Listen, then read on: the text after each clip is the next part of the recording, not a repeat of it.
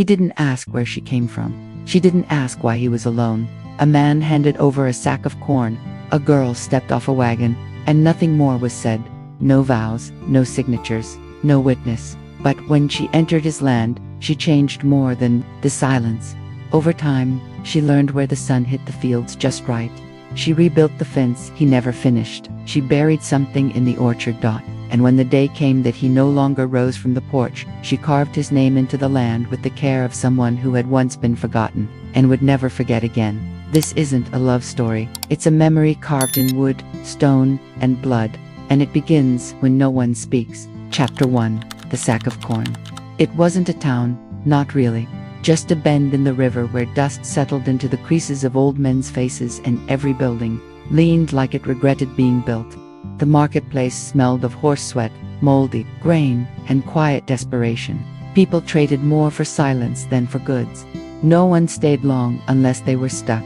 He came alone, on foot, leading a mule that had seen better years. His coat was torn at the elbow, his boots dry-cracked, but his steps were steady. The sack he carried over his shoulder was light, mostly corn, dried hard from last season's yield. It was all he had left after the winter. She stood near the back of the wagon, barefoot, hands tied in front of her with rope that had rubbed her wrists raw. Her dress was thin and dust-colored, her hair stuck to her face in strands, unmoved by the hot wind. And her eyes didn't look around. They looked through. She wasn't the only one waiting to be traded. But she was the only one who didn't glance at the buyers, the only one who didn't flinch when men circled close. She had already left, somewhere behind her ribs. Whatever had happened before this, it had taken her name with it. He didn't ask it. The trade was simple. The man holding the rope wanted money, or something close to it. He saw the sack on the stranger's back and sniffed. "Corn?" he asked. The stranger nodded. A pause, a shrug. "Fine." The sack hit the dirt with a dry thud. The rope was dropped. And just like that, she was his. No papers, no witnesses, no promises. She didn't move until he did. He didn't touch her. He didn't offer a hand. He simply turned, and after a breath's hesitation, she followed. They walked out of town as the wind picked up, throwing fine grit into the folds of their clothes. The mule plodded ahead. He walked in the middle. She followed behind, her footsteps as light as the shadow she cast, still barefoot. No one looked back. They didn't speak that day, or the next, but she kept walking. At the creek that evening, he handed her the canteen first.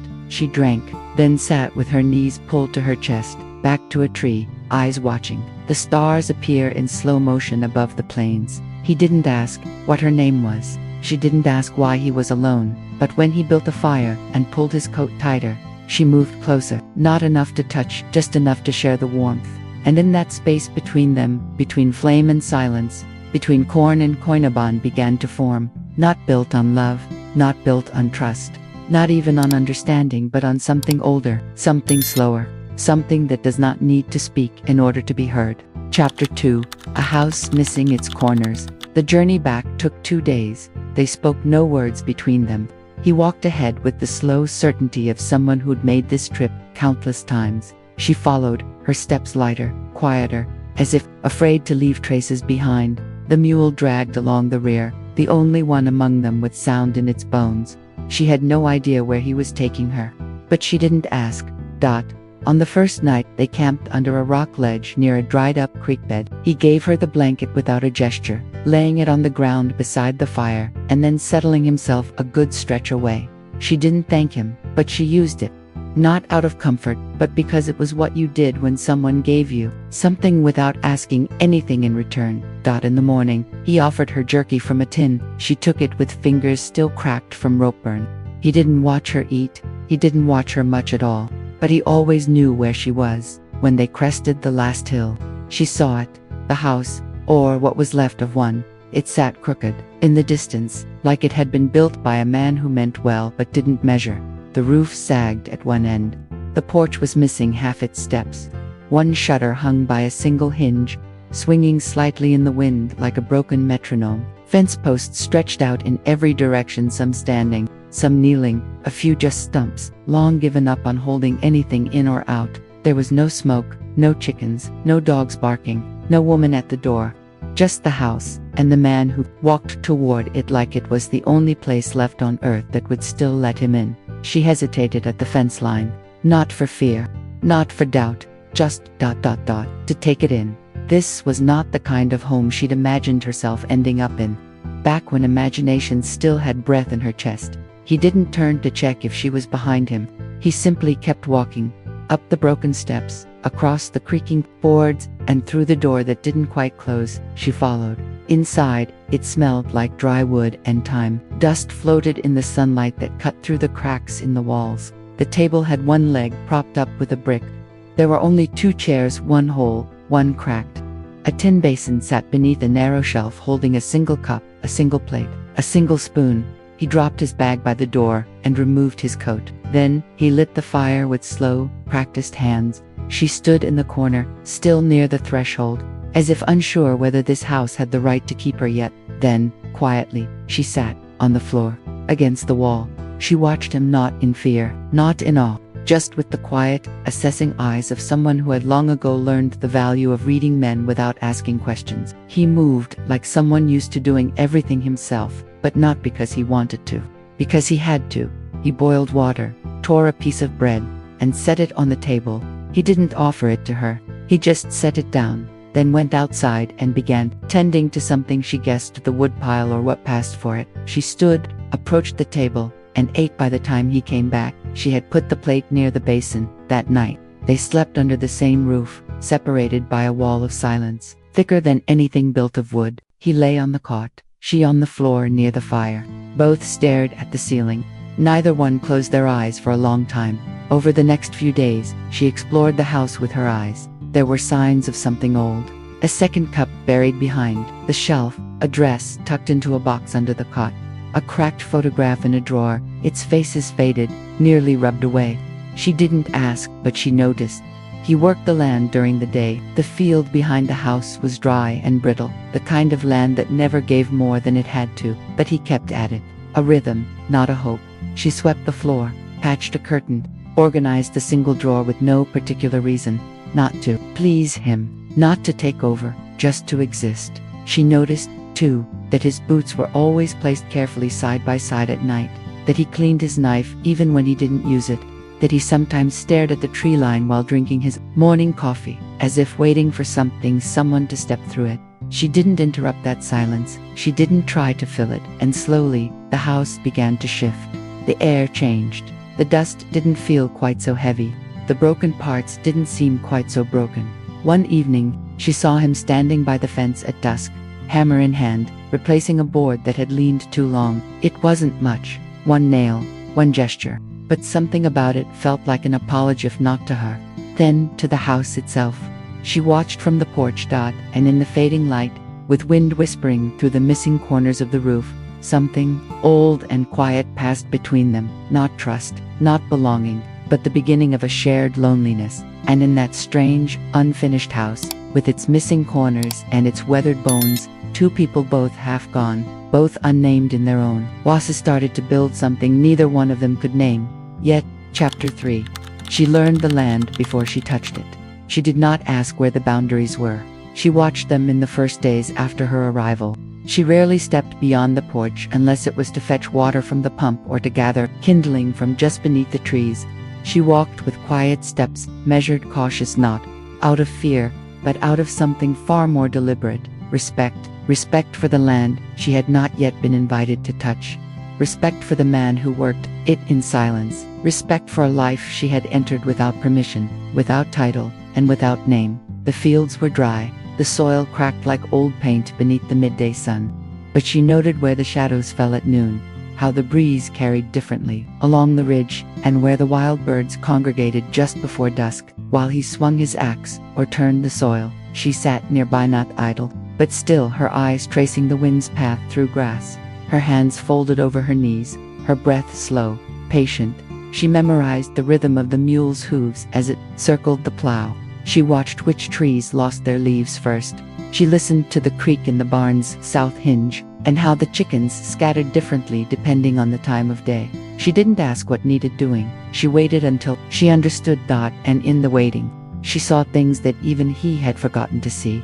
One morning, she followed the light before he did. At the edge of the eastern fence line, where the ground had never been plowed, she stood barefoot, letting the warmth touch the arches of her feet.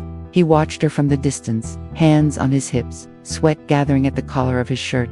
She didn't turn, didn't need to. He wondered what she was looking at, if she saw ghosts in the field or if she simply felt something in the earth he no longer could. He didn't interrupt. Something about her stillness held the morning in place. When she finally walked back, she didn't speak, but her eyes flicked to the barn, and then to the rope hanging from the rafter. A suggestion, a plan, a rhythm not yet built. He hung the rope that afternoon. She began feeding the animals the next day, without asking, without stumbling. She never entered the fields before dawn. She waited until he did, not because he told her to, but because the land wasn't hers, not yet. He found himself watching her more than he expected, the way she paused before each task as if listening for approval from something older than either of them, the way she placed stones in lines along the porch's edge, marking light and shadow, the way she learned the language of the land not by tilling it, but by waiting for it to speak first. One evening, as the sun dipped low behind the hills, he saw her near the creek. She was squatting beside a cluster of wild mint, not picking, just breathing, as if even the plants had earned the right to be known before they were harvested, and something inside him softened, not into love, not yet, but into presence. He had expected her to take, to fix, to rebuild, or worse, to break. Instead, she listened, and that kind of listening, wordless, patient, holy in its own way, was something the land had been starved of for a long time. He remembered how, in the early years, he had come to this place with fury, how he'd slammed fence posts into the ground with bleeding hands, how he'd cut trees out of spite, dug trenches just to see what the earth would reveal. He had forced the land into obedience. She didn't force anything, she moved through it, the way a shadow moves through water, visible, but without weight, not changing the flow, just letting it hold her. And so, when he found the path, she had marked small rocks laid out like steps along the field's edge. He didn't move them. He didn't ask why they were there. He simply walked alongside them, in a place where nothing had roots for years. She was learning the shape of the land before she claimed it, and he slowly, wordlessly was beginning to let her. Because in her silence, he heard something rare, a promise not to leave, a vow, never spoken but planted like a seed, and the land, for the first time in a long time, seemed ready to grow something from it. Chapter 4. The fence she rebuilt. The fence had been broken for years. The rails rotted. The posts leaned like old men. Wind passed through it like it wasn't there at all. He had once started to mend it back in a different season, with a different heart, but the hammer grew heavy, and the wood grew soft, and whatever reasons he'd had for keeping the world out, or the animals in, had dried up faster than the soil beneath his boots. So it stayed broken, not completely fallen, just ... ignored. She never asked why.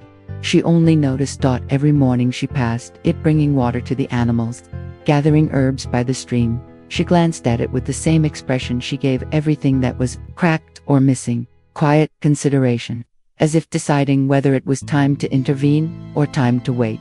Then one morning, without ceremony or request, she picked up the hammer. He was cutting kindling near the shed when he heard it, the first strikes off, measured, not hesitant but not proud, just the sound of someone beginning, not asking. He looked up. She was kneeling beside one of the older posts, sleeves rolled, braid tucked beneath her collar, hands steady. She had pulled the nails from the splintered beam and laid them in a row like bones that needed to be cleaned before being returned to the earth. He didn't say anything, just watched. She worked in silence, the way she always did, like labor was prayer and stillness was a kind of strength. She didn't try to fix the whole thing in one day. She picked a corner and stayed with it, one post, one rail, one nail at a time. When the sun grew high, she paused and drank water in the shade. He offered her nothing, yet she lacked for nothing. By the time dusk painted the sky in golden soot, she had reset 3 rails, braced 1 post, and carried off the pieces that could no longer serve. He had never seen the fence look so dignified. That night, he sharpened his knife by lamplight. She sat nearby, mending her hem. They didn't speak of the fence. They didn't need to. But in the silence, something had shifted slightly, but surely, like wood settling into place. The next day, she returned to the same section. No announcement, no discussion, She rebuilt with the kind of patience that comes not from duty, but from belief that something unfinished deserves to be completed, even if the one who left it that way no longer remembers why he stopped. He joined her on the fourth day, didn't ask to help, just brought more nails, held one post steady while she braced the beam. Their hands met briefly against the same grain of wood, then parted without comment. For hours, they worked that waste, breath, and timber. No questions, no commands, just the rhythm of something old becoming whole. And when the final nail was driven, when the last board was fixed and flushed, they stood together and looked at what they had made. Not new, not perfect, but mended. Fence between them and the world, but not between them and each other. He gave her a nod, and for the first time, she met it with the smallest of movements, a half smile. Maybe, or maybe just light catching her eyes in a way it hadn't before, because sometimes you build a fence to keep things out, and sometimes you rebuild it to let something in. Chapter 5. A man who slept on the porch. By the time the fence was finished, something in him had begun to change. It wasn't loud, it didn't announce itself. It crept in the way fatigue settles in the bones, the way a man one day stops lighting the lamp in his bedroom and just lies down where the last warmth of daylight touches wood. He began sleeping on the porch. At first, it seemed incidental, just a long day's work that ended with him dozing off in the chair by the door, hat tilted over his eyes, boots still on. But then it happened again and again, until it became his ritual. After supper, he'd bring out the blanket folded beneath the cot, set it down on the porch planks, and lie back beneath the stars without a word. He never explained it. She never explained it, asked. But she noticed the way his shoulders stayed tense even in sleep, the way his fingers curled slightly, as if still wrapped around the grip of something he hadn't put down. She noticed the way he kept the rifle beside the door, just within reach.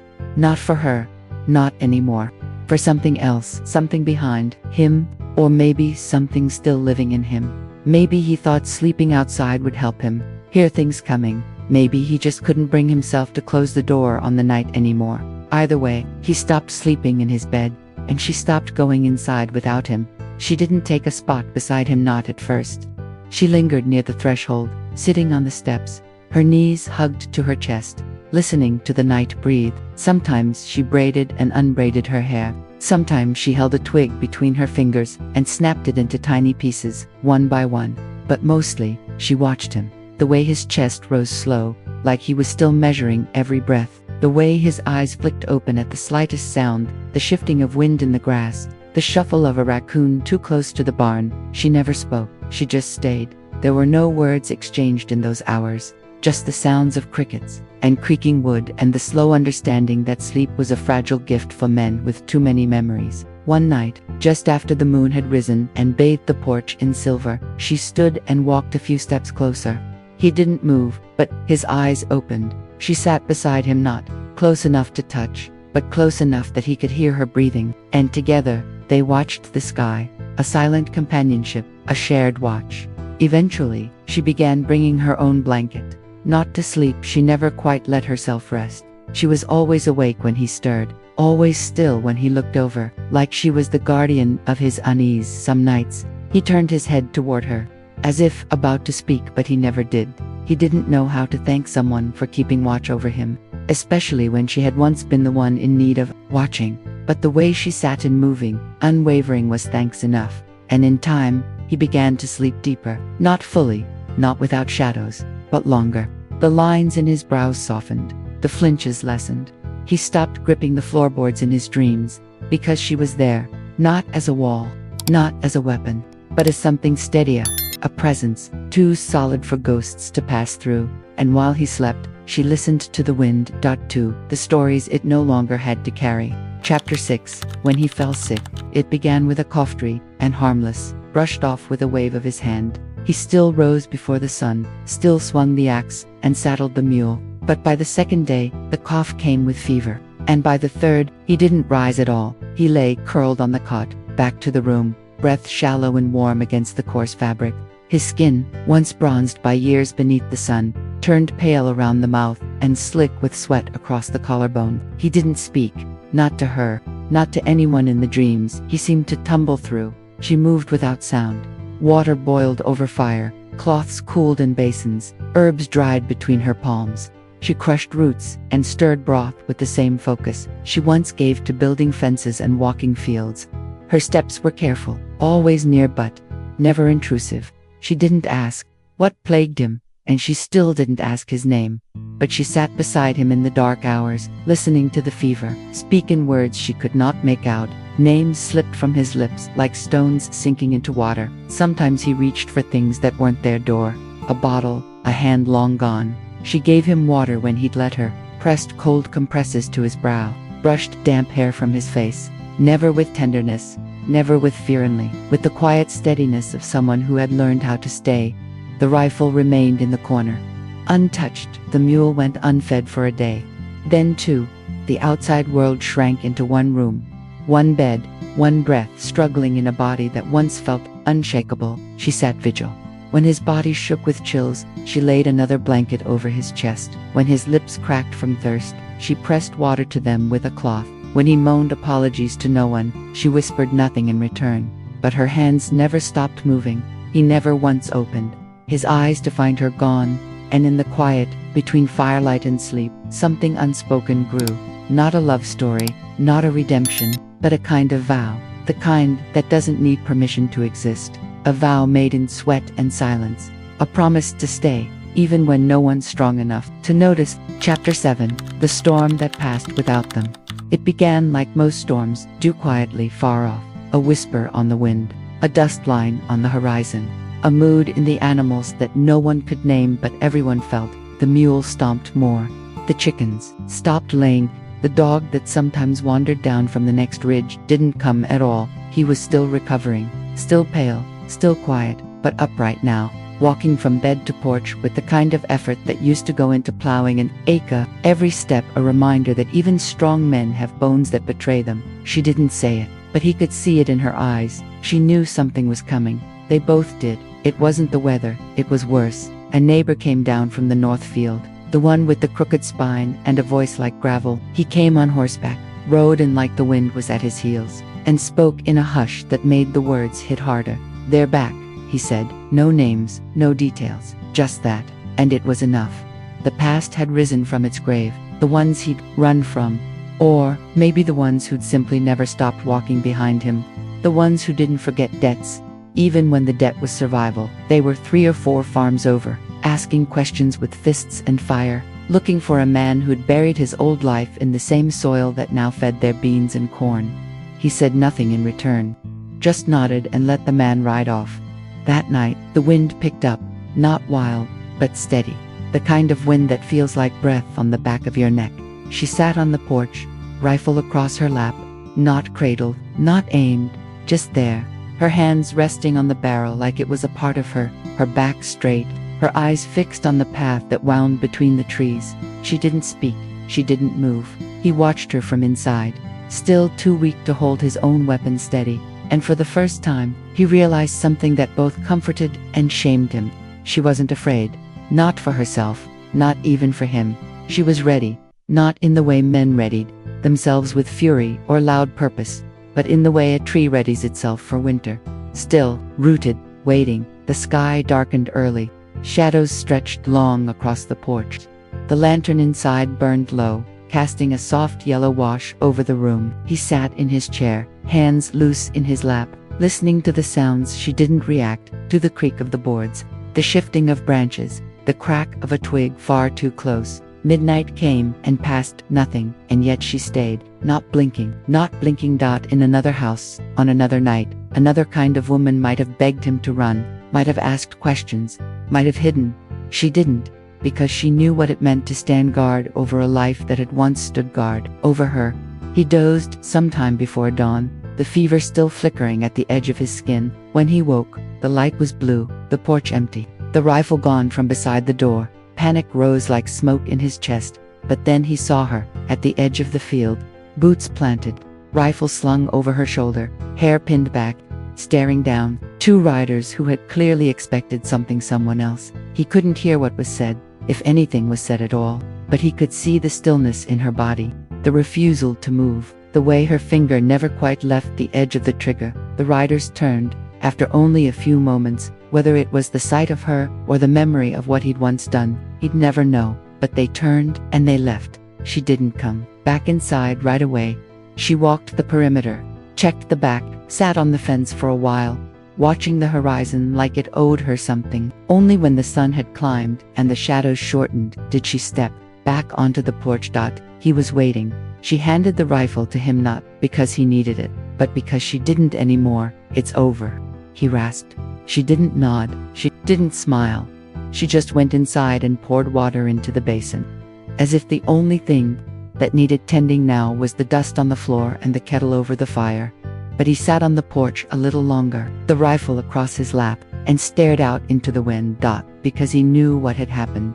The storm had come, and she had stood between it and him, like wood, like stone, like something no man could buy or name. And for the first time he wasn't just a man she followed. He was something she had chosen to guard. Chapter 8. The tree she planted without permission. It was early spring when she did it. The ground had just begun to soften, and the air carried that strange scent of thawed roots and second chances. Morning frost still clung to the porch railings, but the sun had found its way back to the fields quietly, carefully, like a guest who wasn't sure they were still welcome. She didn't announce it. She didn't measure the soil or draw lines in the dirt the way he always did. There was no rope for spacing, no tools borrowed from the shed. She just carried the sapling bare and slim, wrapped in cloth and clinging to a fist-sized clump of damp soil, to a spot behind the house where no fence reached and no footpath crossed. He watched from the porch. She had never claimed anything before, not a room, not a chair, not even a patch of land to call her own. She moved around the place like borrowed smoke present, but never lingering long enough to leave a mark. But that morning, she knelt. She dug with her hands, nails scraping earth, pulling rocks aside with the quiet determination of someone used to working without applause. Her hair was pulled back tight, her sleeves rolled to her elbows. She didn't glance back to see if he was watching. She wasn't doing this for him, not for anyone. The hole wasn't deep, but it was enough. Enough for roots to settle, enough for something small to reach toward sky. She placed the sapling in the ground gently, like it could feel pain. She packed soil around the base with the flat of her palms, poured water from the old tin jug she'd brought out that morning before the kettle had even boiled.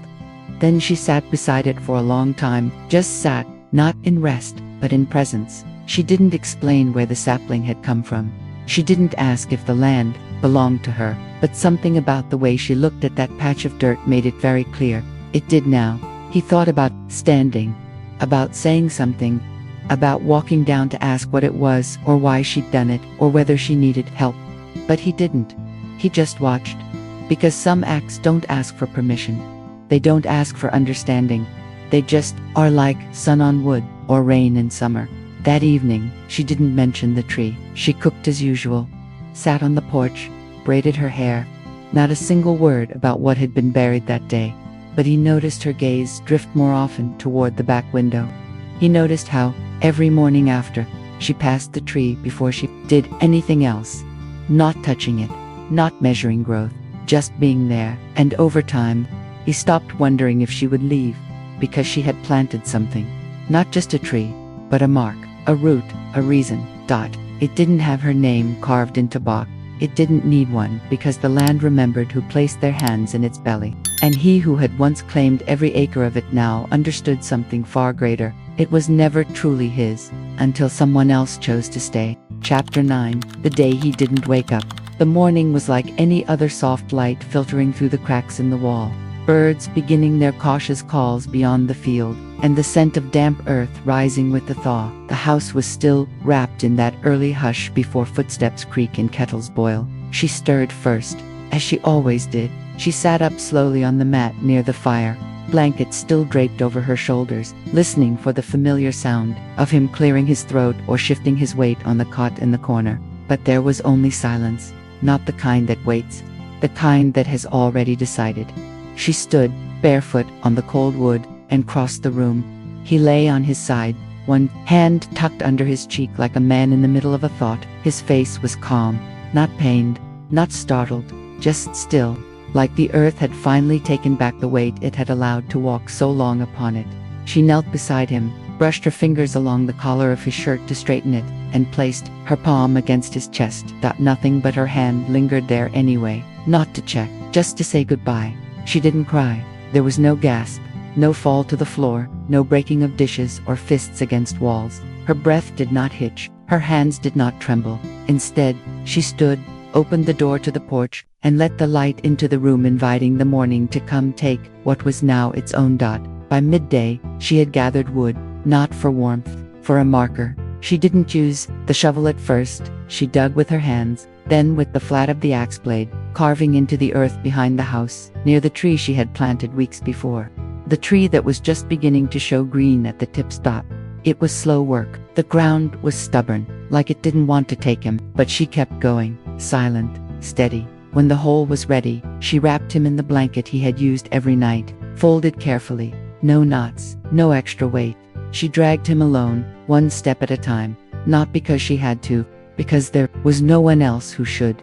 She laid him down with the kind of care reserved for the fragile things that once saved us. Then, she covered him, handful after handful, shovelful after shovelful, until the shape of him was lost beneath the soil. She did not pray, she did not speak his name aloud, but when the last mound was in place, she sat beside it until the shadows lengthened and the light turned to copper. Then she placed a stone. Flat, heavy, the size of a man's two hands, and from the satchel near the doorframe, she pulled a small carving knife. She didn't carve her own name. She didn't carve his whole. Just 5 letters, one word, Elias, the first time she'd ever written it. The first time it had ever been spoken through blade, through stone, through soil. Not to be remembered by the world, just by her, and the tree, and the land. She stood when the carving was done, and brushed the dirt from her palms. Then, with one last look at the name beneath her fingertips, she turned back to the house. She didn't light a fire that night. She didn't sleep. But she sat by the window until the moon climbed high, watching over the tree, and the stone beneath it, and the man who no longer woke. Chapter 10. The name she carved. No one ever came asking for him. No letters arrived. No rider brought word. No neighbor leaned in to say his name aloud over morning coffee. And in all her time walking the edges of the land, checking fences, watering the sapling, boiling water at dawn, not once did she hear his name spoken by another living soul. But she remembered it. Elias. Not because he'd given it to her. He never had. He'd never introduced himself, never written it down, never whispered it during fever or rest. But names are not always passed through lips. Sometimes they're carved in gestures. Sometimes they rise from silence like breath over fire. She had learned it the way she learned the land, by staying still long enough to understand its shape. And so, in the days after she buried him, she began to write him back into the world. Not loudly, not grandly, just enough. The first was the stone, already placed at the base of the hill, beside the young tree whose roots now lived near his ribs. She knelt each morning beside it, fingers tracing the 5 letters like a prayer she didn't know she was saying. The carving was rough. She wasn't skilled with tools meant for inscription, but it was honest, etched into the grain of the rock, not for strangers to read, but so the wind would carry it. The second place she carved it was on the door. One evening, just after the sun dipped low and the porch turned gold, she stepped outside with her knife and began to carve. On the lintel, quietly, patiently, she cut the letters one by one into the old pine frame. Not big, not decorative, just deep enough that time wouldn't wear them away. Just visible enough that if someone ever found this place, they'd know someone once lived here who was worth remembering. Elias. The door didn't look different when she finished, but it felt it. Every time her hand touched the frame on the way in or out, she felt the weight of it. A name, a story, a life, folded into wood. The last place she left him was in the tree. It had grown, not much, but enough to notice. Leaves had come, small and green and alive. One afternoon, she tied a single strip of cloth to a branch, one of his old handkerchiefs, washed clean and faded by years of sun.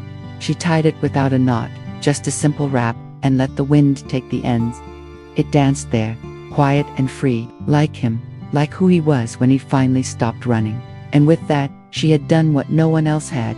She had named him, and in doing so, she had anchored him to stone, to wood, to root. Not in history books, not in town records, but in the places that mattered: the porch where he sat, the field he once walked, the earth that now held him. And when she stepped back inside the house, closing the door with its etched frame and its quiet weight, she did so not as a guest, not as a stranger, but as the keeper of a name. She still said nothing. She still signed nothing.